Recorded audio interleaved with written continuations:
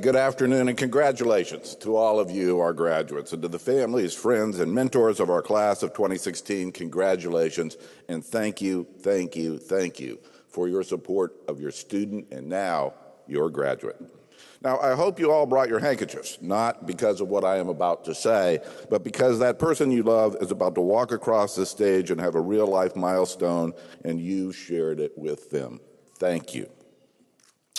Now, back to you and the funny hats and robes down here in the middle of the auditorium. You, more than just about any other group of graduates, understand that every person-made object, in other words, every artifact, was designed. Artifacts that perform poorly suffer from their creator's failure to properly assess how they should be used. Those that perform well are often also beautiful, engaging in an aesthetic and intellectual pleasure to enjoy. Think Apple.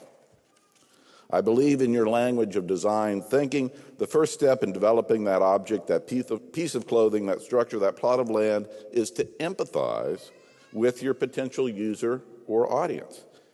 It's to ask the question, what matters to that person or that user? So today, for just a very few minutes, let's think about empathizing with you and asking what matters to you. Let's think about designing your future, about building a structure around your passions, and about defining your needs in the years and decades to come. I guess you could say, let's ideate. Today, you are the prototype of the you of tomorrow, and with your university degree in hand, you're poised for success.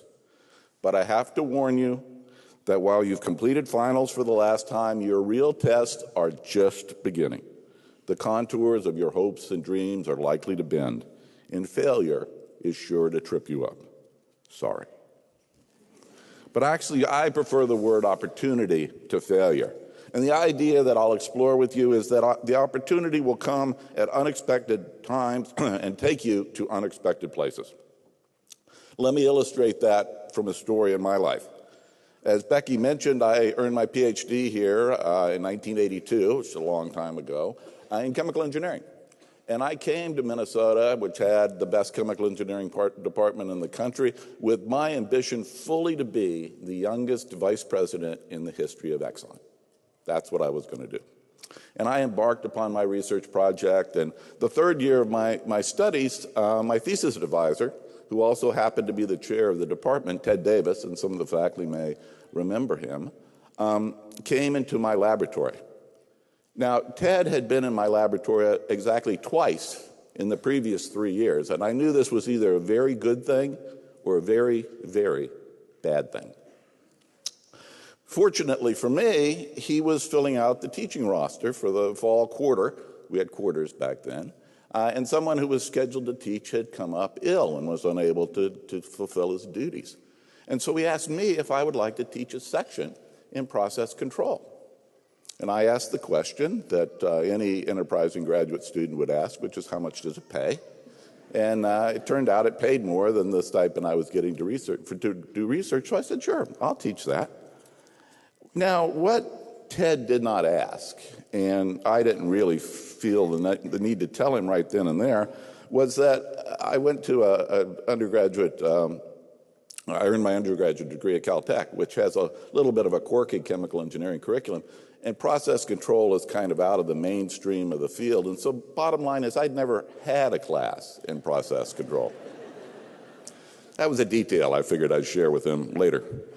But it turned out really well. I had a great time. It turns out that at Minnesota, process controls is basically applied math, and I had a minor in applied math, so I was good to go, and I had a great time. The students seemed to suffer no permanent harm, and that changed my career.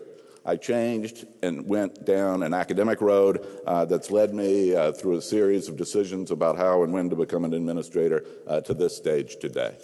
Unexpected opportunity, terrific outcome.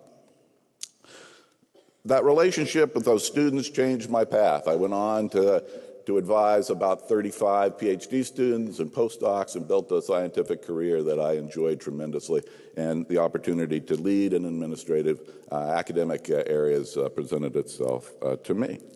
But that unexpected question from Ted Davis meant a real rethinking of the design of my life and career.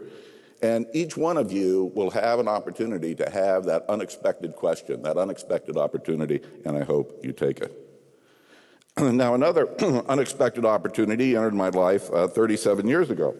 Her name is Karen, and she's here in the 6th row. That opportunity was wonderful. As the song goes, we got love, we got marriage, and before long, we had 2 sons and a baby carriage. And that was something I had never ideated about as an undergraduate student. Unexpected opportunity, wonderful outcome. Then I began to scale up my project of life as you will scale up yours. From a young corporate-leaning scientist, I became a researcher, a professor, and got to where I am today. And you will scale up your life in very similar ways. Whether you're developing spacesuits or activewear for Muslim girls or an advertising poster and logo or a living community, you've learned here and you've developed here a way of thinking and a way of looking at the world that few others have. Now, not all of you will consider yourself designers. You're retail experts or housing experts or museum experts. But I'm pretty sure that the air you've been breathing in the College of Design has led you to also be the kind of lateral thinkers this unpredictable world needs. Solving problems sometimes indirectly, always creatively, and necessarily collaboratively. You've learned not to just get facts, but how to change agents in a time of great disparities in our state and nation, in a time of much bluster in the national conversation. You, more than most, have the thinking skills and the communication skills to design a better, more equitable, and just future for the state, nation, and the world. As our newest College of Design grads class of 2016, I know you're prepared. You're prepared to take unexpected opportunities and turn them into success. And I hope that you are as lucky as I have been and make that journey with a great partner. Congratulations, good luck, and please keep in touch with the great University of Minnesota. Thank you.